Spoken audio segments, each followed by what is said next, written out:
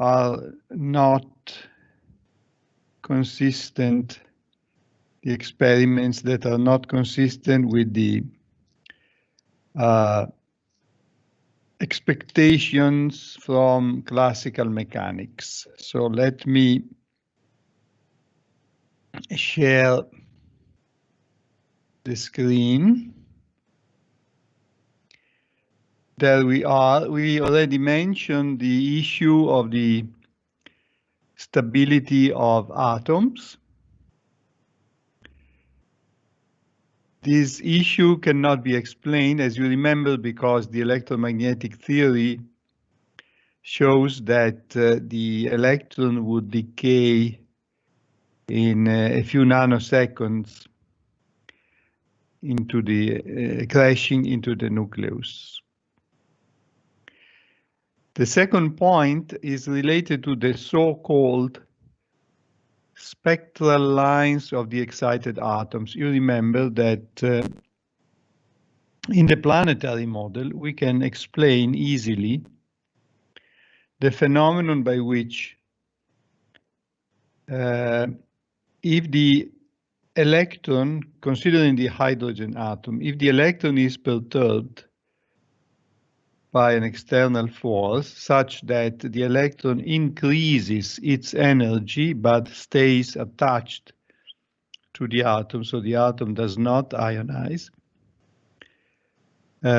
this phenomenon is called excitation. And the opposite phenomenon is that at some point the electron will go back to the lower energy state, and in doing this it will release the excess energy. So how do we add energy to an electron? Of course, this can be done by using an electromagnetic field and directing an electromagnetic radiation onto the atom. So the electron absorbs a portion of this energy from the radiation when the electron goes into the excited state. And in the opposite phenomenon, the electron goes to a lower energy state and releases the extra energy in the form of the emission of an electromagnetic radiation. The experiments show that when an atom is excited, it always, after some time, goes back to the original state. So there is a state in which the energy is the lowest, and sooner or later the atom, if it is not perturbed anymore, goes back to this lowest energy that is called the ground state of the atom. It may happen that the extra energy is not released altogether. This release may also happen in different steps, okay? But if we perform the calculation of the energy that is emitted in the form of radiation by the decaying electron, if we perform a classical calculation, we find that any frequency of the radiation is possible. And the reason is that when an atom is excited, the electron may go from the original energy to any other possible value of energy. There is no limitation. So the interval of energy that corresponds to the excitation or to the release of the radiation can be any. Okay, so we do not expect any special feature of the spectrum of the emitted radiation. This is not true. When we perform the experiment, we find that it's relatively easy to excite the atom, but then during the experiment, we detect the properties of the radiation that is emitted, we always find that the emitted radiation has only some frequencies, not any frequency, but only some frequencies. And these frequencies are specific of the atom that we are using in the experiment. So hydrogen has its own specific frequencies, other atoms have their own frequencies different from those of hydrogen and so on. And it is also relatively easy to express all these possible frequencies by a very simple formula that we shall see immediately.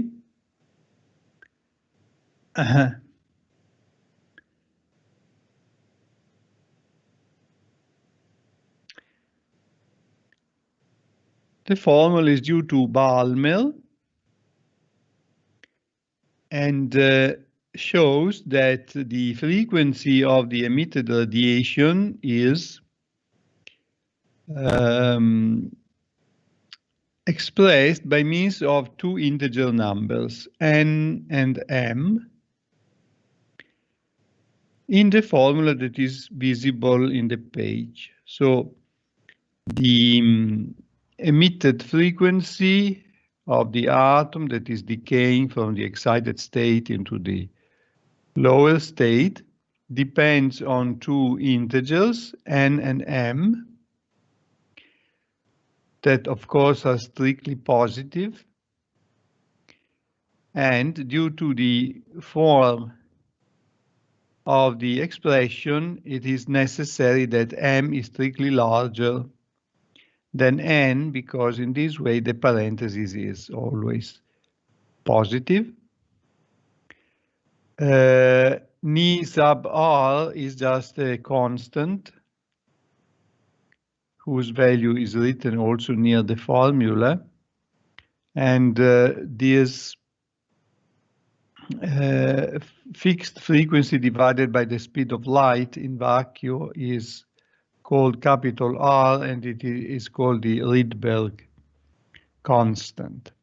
Okay, so this form of the frequency that is found from the experiment is not explainable with classical laws. Okay.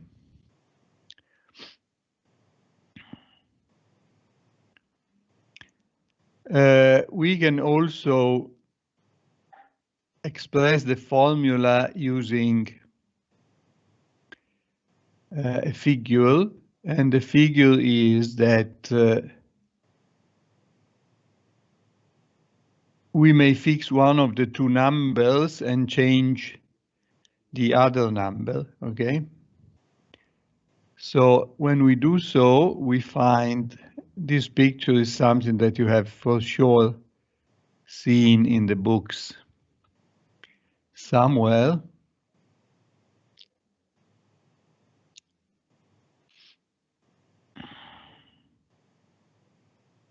Let me make it smaller.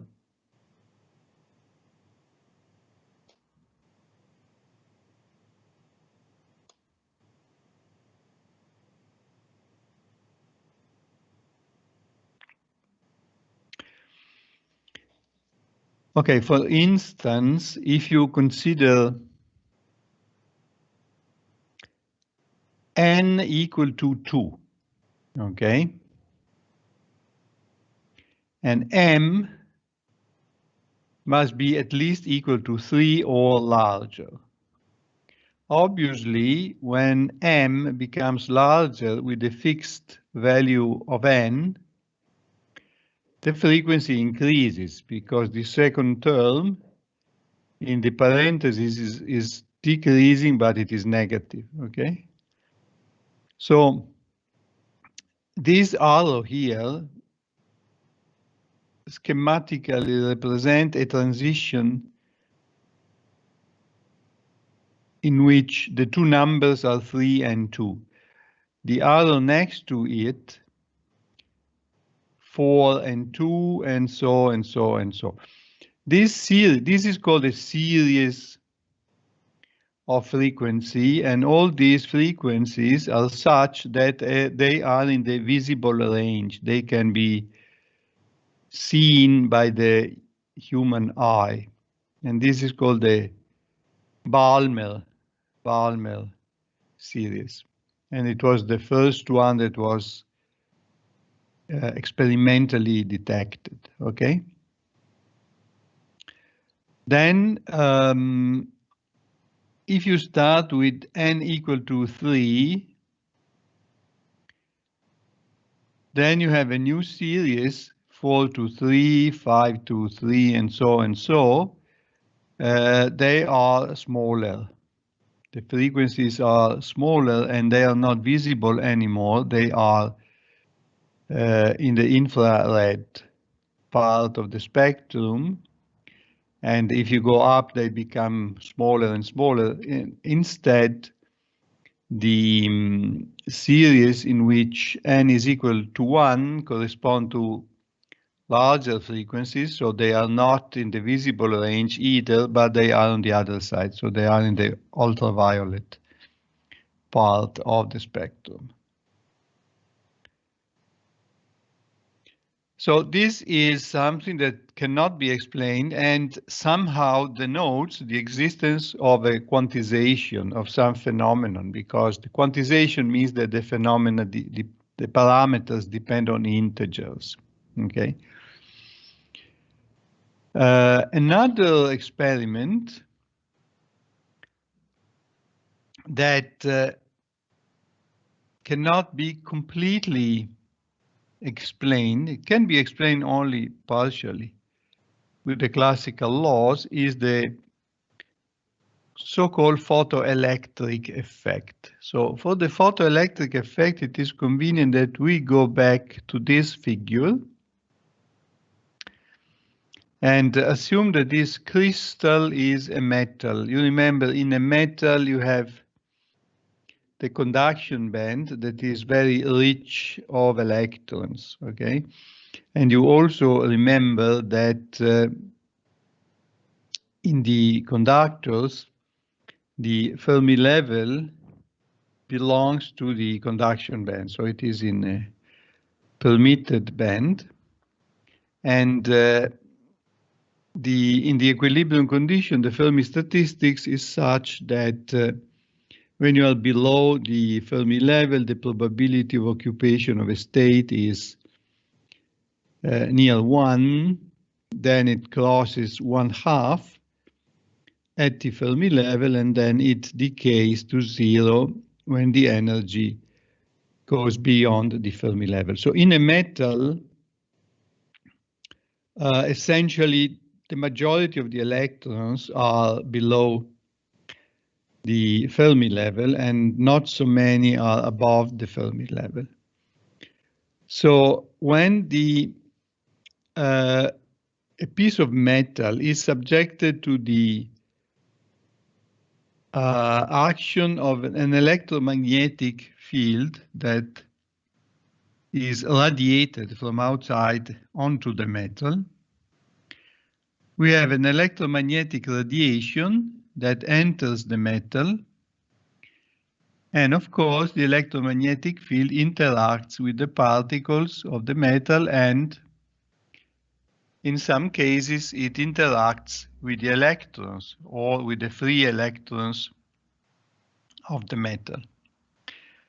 So it may happen that some of the free electrons that are in the material absorb energy from the electromagnetic radiation, and some of them may absorb enough energy to exit from the metal. Okay. So in this diagram, it is, let's assume that this level E sub beta that is visible in the lower part of the figure corresponds to the Fermi level. Okay, so that means that the region below the Fermi level is substantially full of electrons. The region of energy that is above E sub beta is not so rich in electrons, there are not so many. And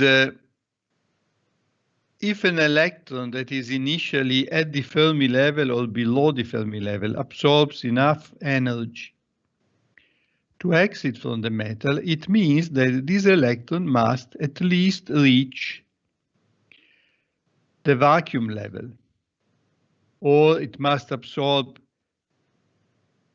an energy that is even larger than that. Okay, so it may absorb an energy that is larger than the energy that is necessary to go into the vacuum. Okay, the minimum energy is EW, because it is the energy that goes from the Fermi level, where there are still some electrons, okay, and the vacuum, okay. So if an electron absorbs an energy smaller than EW, it will never go into vacuum, it will stay in the metal, okay. If the electron absorbs EW and the electron initially is very high in energy, that is, has an energy equal to E sub beta, then absorbing EW is enough to go into vacuum, okay? Obviously, if one electron is extracted from the metal becomes positively ionized because there is one negative charge missing, okay? So it is very likely that the metal will attract back the electron into it, okay? But if we put together a suitable equipment, we may prevent this electron to go back so we can measure the effect, okay? And this is done exactly in the experimental structure that is used for the measurement of the photoelectric effect.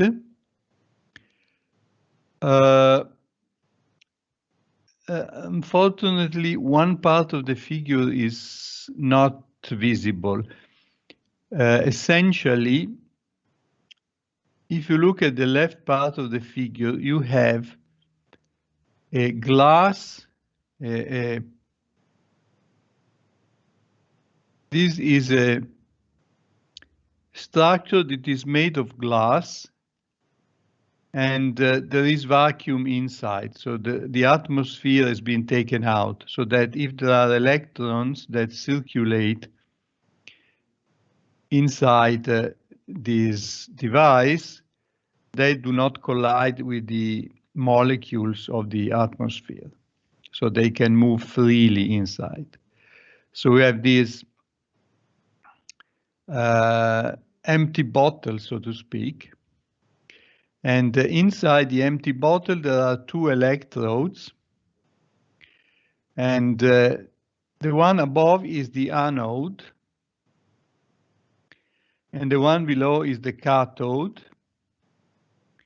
And the cathode is round to better collect the electromagnetic radiation, okay? And then these white arrows indicate electromagnetic radiation that from outside is oriented into the direction of the cathode. So the electromagnetic radiation impinges into the cathode and may or may not extract electrons. The anode and the cathode are subjected to a bias. So you see there is here a battery. It is not visible here, but if you look at the diagrams, the applied voltage is VAK. So VAK is positive. When VAK is positive, that means that the electric potential at the anode is larger than that of the cathode and vice versa. So assume that the applied voltage VAK is positive. So the bias of the voltage at the anode is larger than that of the cathode. If the radiation is such that electrons are extracted from the cathode, these electrons go from the metal of the cathode into vacuum, and they find themselves into a region that is void of atmosphere, in which there is an electric field that points top down. So these electrons are attracted to the anode. They enter the anode, they cross the circuit, okay, counterclockwise, and they eventually go back into the cathode, okay? But they provide a current, and of course the current is opposite to the motion of the electrons, and we can measure the current. So the measure of the current is an indicator of how many electrons have been extracted from the cathode, okay? How do we perform the measurement? How do we select the properties of the radiation? Essentially, we use a monochromatic radiation. So we do it frequency by frequency. And also, we are able to change the intensity of the radiation. So in the diagrams that are visible in the figure, the frequency, of course, is indicated with Ni. The intensity is indicated with capital Pi because symbol I is already reserved for the current. So the experiment consists in determining the IV curve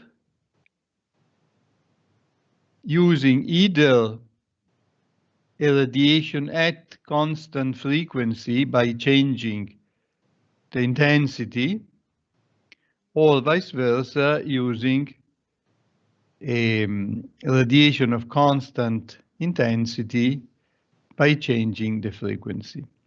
So now, if you look at the upper series of curves, those that are at constant frequency, and you look at the positive part of the diagram, you see that when V is sufficiently positive,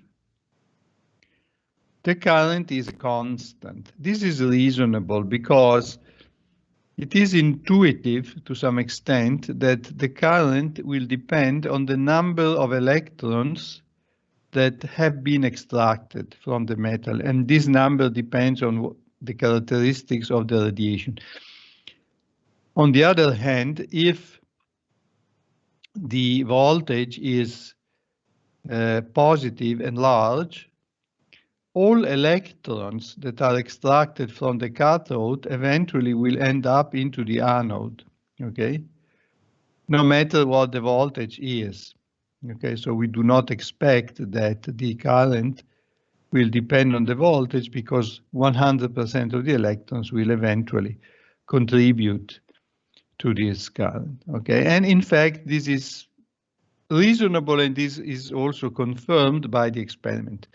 Another thing that is confirmed by the experiment is that if you increase the intensity of the radiation, you increase the current. And this is also qualitatively reasonable because the issue is more intensity, more electrons are extracted from the cathode. Okay.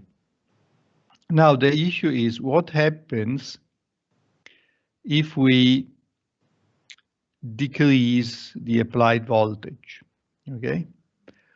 If we decrease the applied voltage, it may happen that not all electrons that are extracted can reach the anode. Okay. Assume, for instance, that VAK is set to 0. Okay.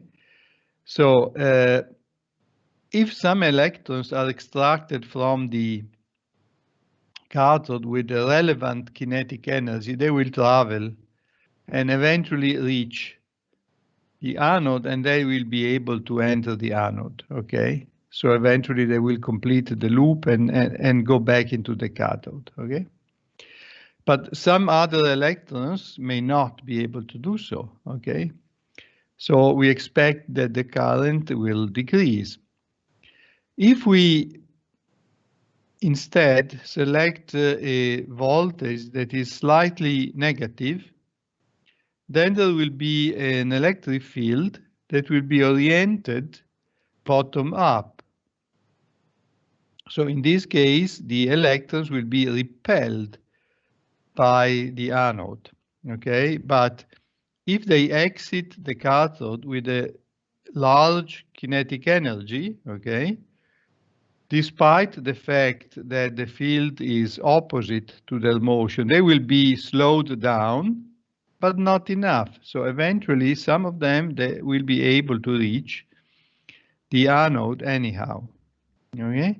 So even with a negative applied voltage, we shall find still some current. But if you put the applied voltage more and more negative, eventually you will find a value of the applied voltage that is able to block even the most energetic electrons that are emitted from the cathode. Okay, so the most energetic electrons will exit the cathode, will be slowed down in the path to the anode. They will almost reach the anode, and then they will be pushed back by the field and go back into the cathode. Okay, so there will be a blocking voltage that is indicated with the symbol you see in the figure minus VR, because we want that VR be positive. Okay, so VR is the blocking voltage. Now there is an oddity in the experiment that is not explained by classical physics. It is intuitive according to classical physics that if you increase the intensity of the radiation, you expect that the electrons or some of the electrons will be more energetic. So the blocking voltage should become more negative if you increase the intensity. But this is not true. You see immediately that the blocking voltage is the same for all values of the intensity. Does not depend on the value of the intensity. This is something that cannot be explained by classical laws, okay? Because as I say again, if you increase the intensity and you think classically, you expect that there will be some electrons that will be more energetic, so they will need a more negative blocking voltage. The other curves are even more unusual. The other curves that you can see in the lower part of the figure are those related to the situation in which the intensity is kept constant whereas the frequency of the radiation will change.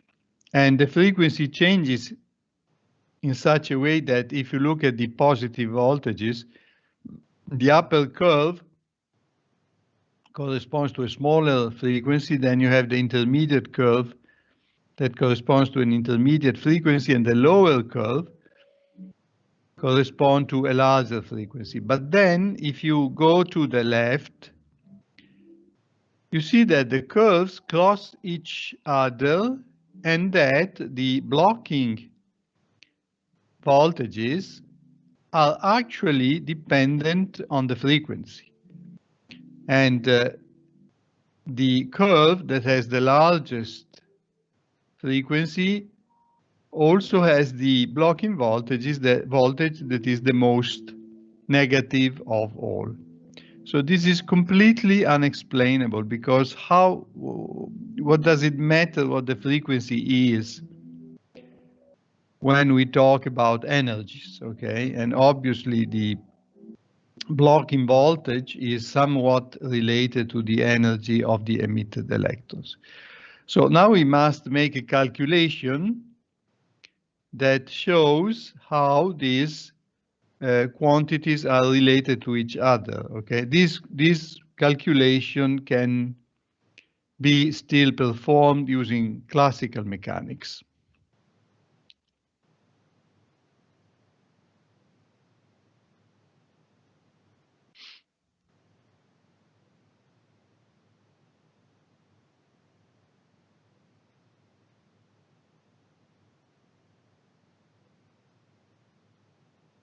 Let me make it larger. Okay.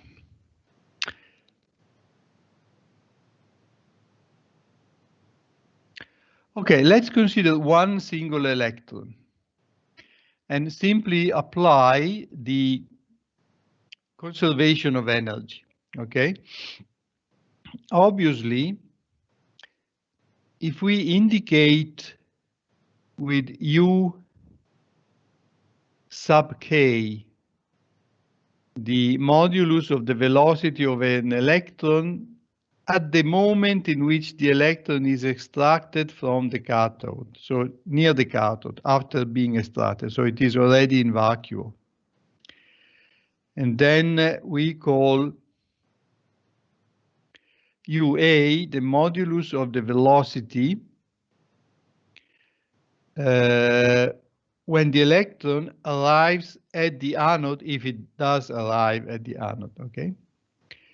So obviously the difference in the kinetic energy at the anode minus the kinetic energy of the electron at the cathode gives you the variation of the potential energy, and this variation is obviously Q, the electron charge, times the applied voltage VAK.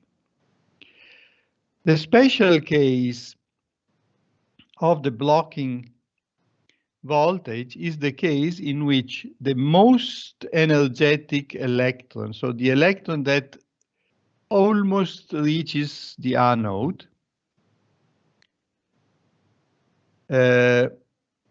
is concerned. So when the electron almost reaches the anode, it means that at the anode, the velocity of this most energetic electron will become zero. The electron does not enter the anode, it is repelled and pushed back to the cathode, okay? So in the formula, we must place UA equal to 0 and VAK is equal to minus the blocking voltage, okay?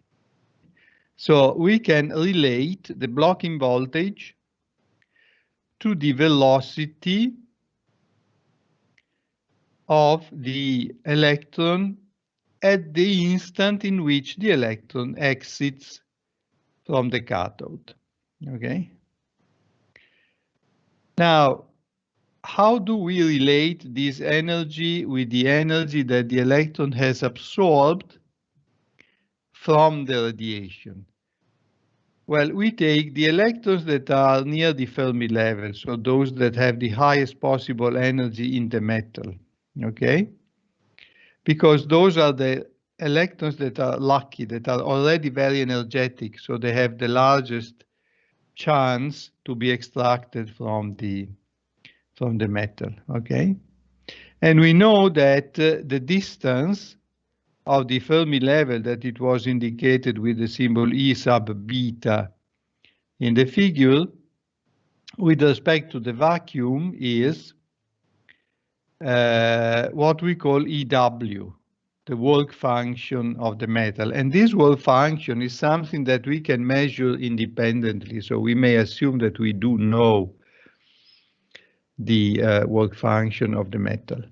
Okay, so this electron, in order to be extracted from the metal, has to consume an energy equal to EW. So it must absorb an energy that is at least equal to EW, okay? And then the energy that is left to this electron after consuming EW is totally kinetic and corresponds to 1/2 m UK squared that is visible in the equation, okay? So by this reasoning, we can repeat the experiment many times, and we correlate the blocking voltage with the two parameters that define the radiation, that is the intensity and the frequency. Okay? When we do so, we end up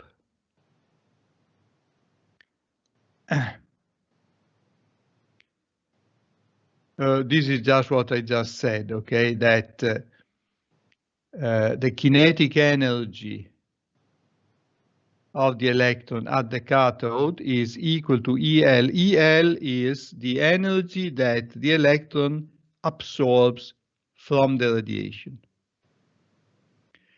Then it consumes EW to exit from the metal. So we can relate QVR equal EL minus EW. EW is given. VR is something that we know from the experiment, so we calculate EL. EL is the energy that the radiation gives to the electron, and then we correlate this energy E sub L with the frequency and the intensity.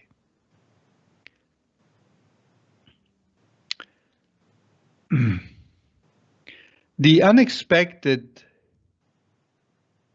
conclusion is that the energy that the electron absorbs from the radiation is proportional to the frequency. And the constant of proportionality, as you know very well, is the Planck constant, H, whose units are joule times second. This unit, energy times time, is also called action.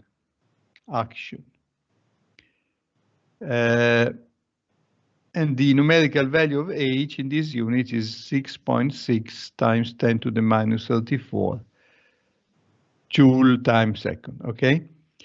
Obviously, if the frequency of the radiation is such that the energy hν is smaller than the work function, no electron can be extracted from the metal, okay, and no current is measured. So we can also indirectly reconstruct after performing this reasoning, we can reconstruct another method for measuring the work function.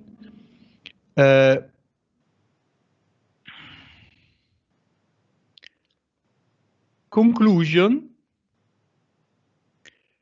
The photoelectric effect cannot be explained using classical terms because This correlation between the energy of the radiation and the frequency is something that is not visible, so to speak, in the electromagnetic theory. Let's proceed.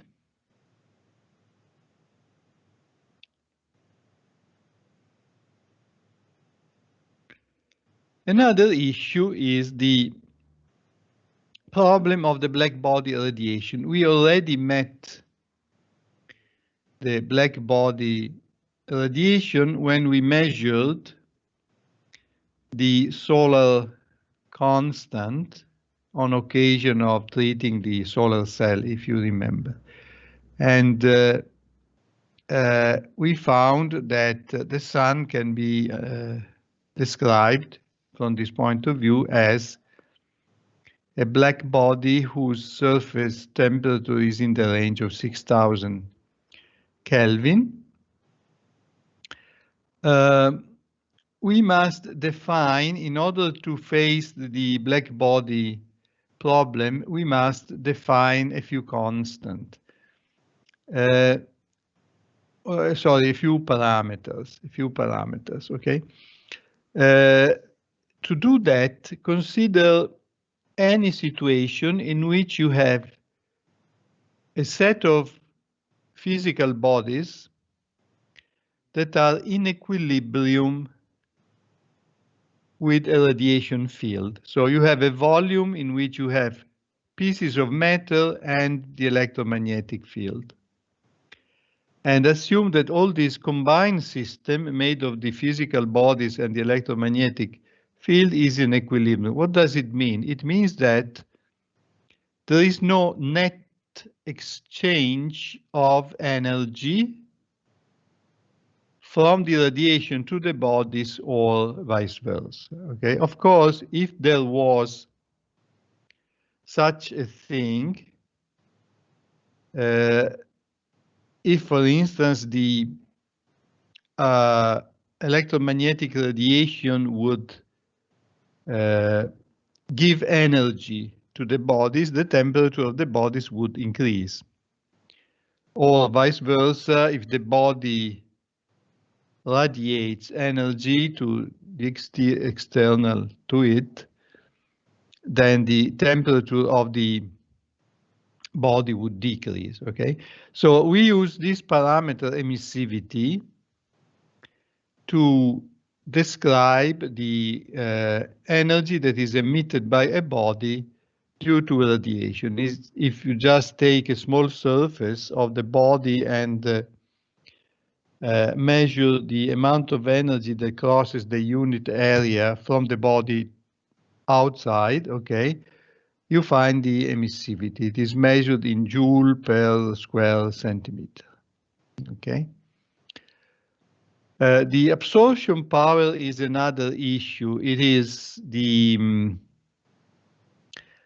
power that is absorbed by a body,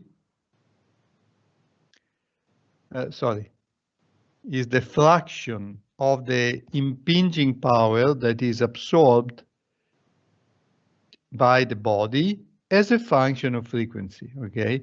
A body may reflect part of the impinging radiation, okay, and only may absorb the other part.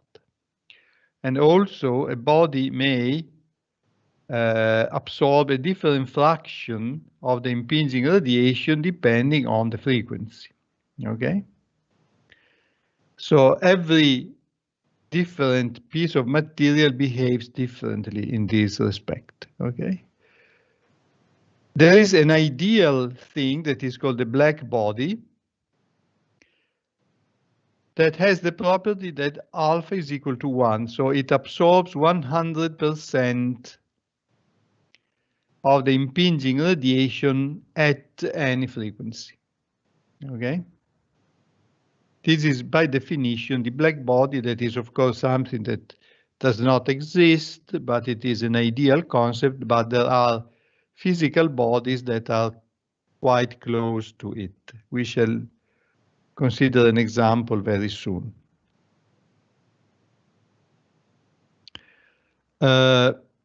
Obviously, a black body may also be in equilibrium with the external radiation. So that means that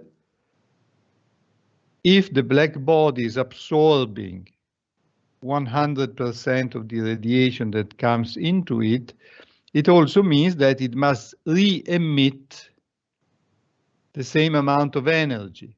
Otherwise, it would not be in equilibrium. Its temperature would change. Okay?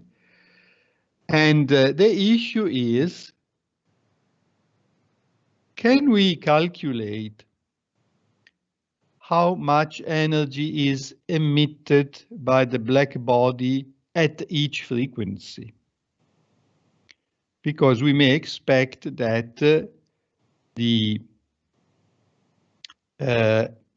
energy emitted will depend on the frequency. Okay, so why did they use the black body? Because the black body is essentially a little bit easier than normal or realistic bodies. Okay, so by the mid 1800, they started investigating the issue of the black body.